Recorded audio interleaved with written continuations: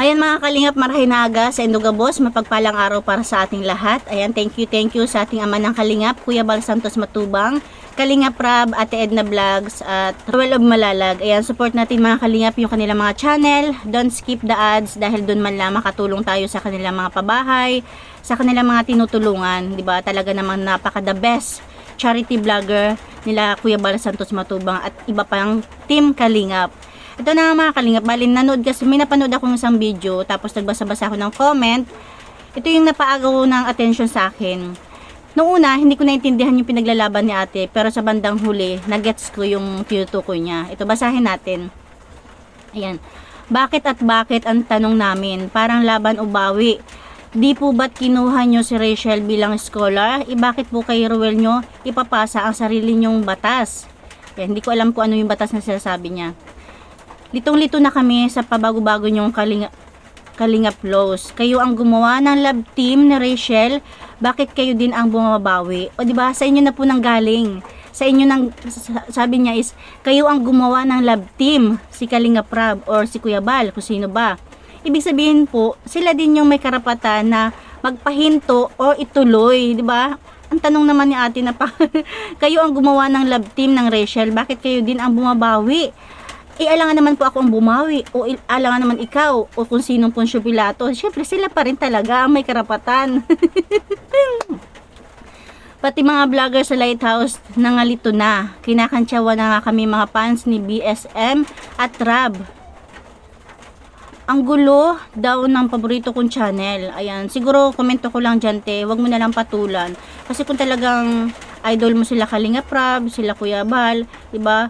Kung kaya mo ipaglaban, go, ipaglaban mo. Pero kung wala kang kakayahan na magsalita dahil medyo mahina kang magsalita kahit gustong-gusto mo sila, mas mainam na manahimik na lang tayo, 'di ba? Para sa mas ikagaganda ng Team Kalingap. Huwag na lang tayo makipag-away, huwag tayo makipag anong tawag doon?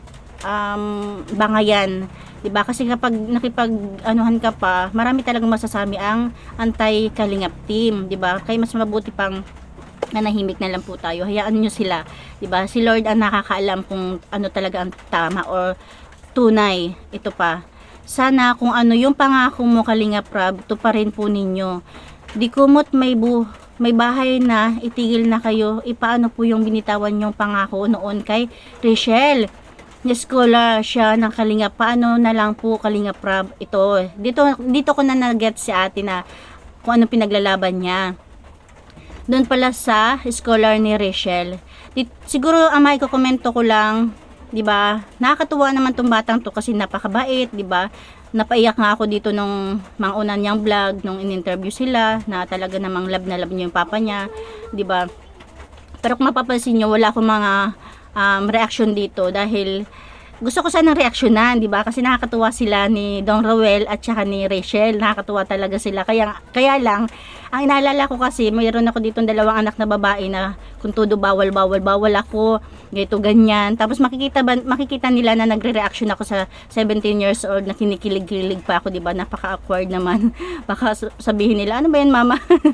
'Di ba? Kaya ayun, kahit gusto ko silang reaksyonan dahil natutuwa ako sa kanila, hindi na lang muna. Siguro kapag nag-edad na lang si Rachel ng 18. Pero ito po, kung inaalala nyo yung scholar ni Rachel, wag po kayong mag-alala dahil kahit kumpara sa akin hindi ko lang alam kung tatanggalin siya ni Kalingap Rab sa scholar o hindi. Hindi ko po alam kung pasok pa siya o hindi na. Pero ang komento ko kung akong tatanungin, hindi na siya pwede, hindi na siya karapat-dapat na maging scholar ni Kalingap Rab. Kasi po ang scholarship ng Kalingap team is para lang doon sa mga walang kakayahang makapag-aral, 'di ba, hirap sa buhay.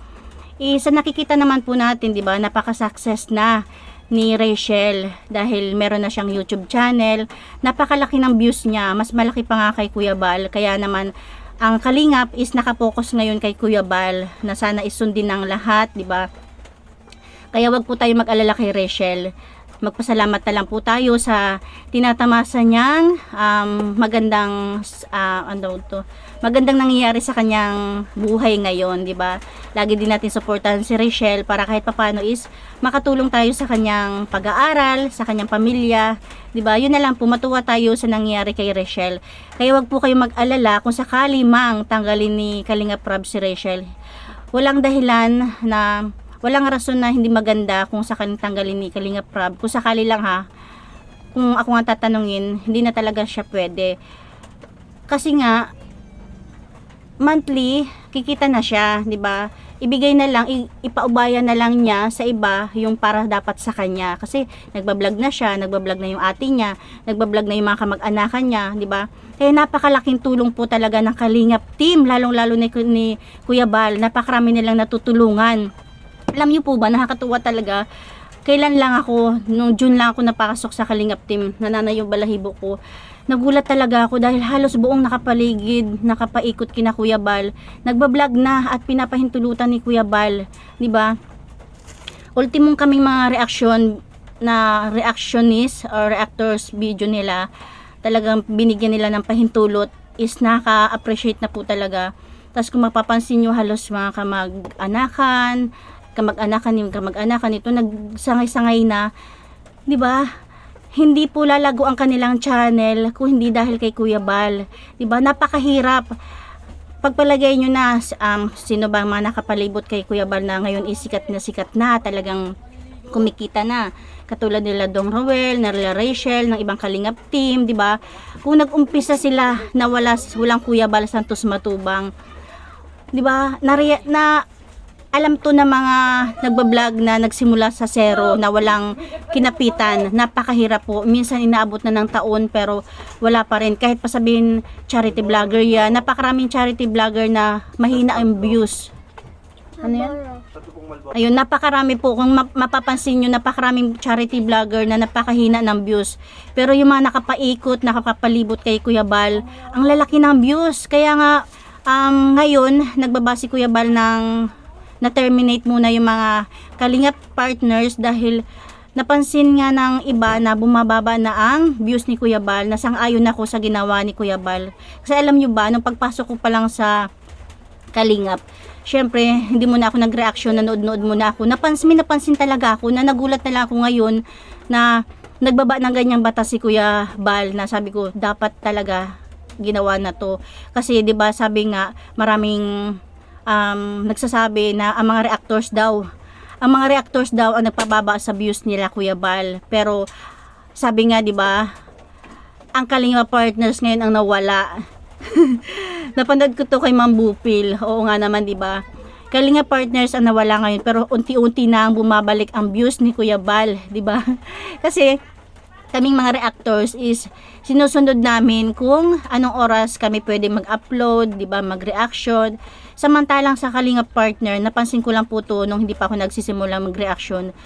Kapag may pinupuntahan sila Kuya Bal, sila Kalingap o sino pa man sila, hanggang ngayon kay Dong Roel napapansin ko, pag may pinupuntahan si Dong Roel, ang dami nilang kasama.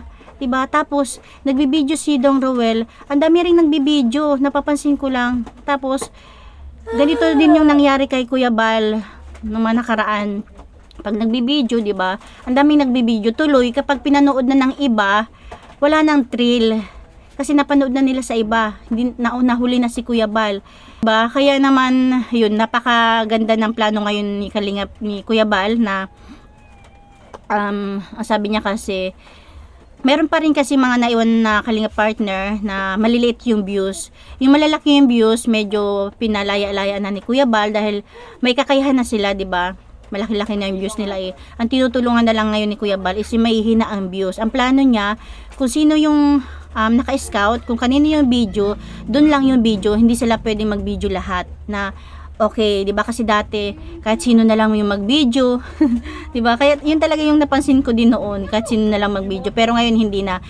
Tapos sa isang sasakyan, hindi sila pwedeng mag-video kasi nga naman nawawala na yung communication nila. Tapos yun, isa lang naman yung binibideo, 'di ba? Nasa sasakyan sila. Kaya ang plano ni Kuya Bal, kung kanino yung video or content, doon naka-focus. So suportahan ni Kuya Bal yung ibang Kalingap partner na mahina pa yung views. Talaga namang napakabait ni Kuya Bal, ni Kalingap Rab, di ba? Kaya ayan, huwag natin silang i-bash.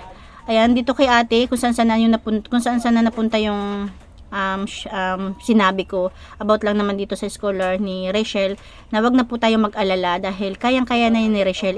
Ipaubaya na lang niya sa ibang nangangailangan yung scholar, 'di ba? Kasi ayan, may kakayahan na sila. Kaya wag na po kayong mag-alala at suportahan na lang natin si Rachel, si Dong Rowel, si Kalinga Prab, Ate Edna Vlogs at lalong-lalo na si Kuya Bal Santos Matubang at iba pang partner ng Kalingap na mahina pa yung views, 'di ba? Yung mga malalaki na yung views, kayang-kaya na nila yan.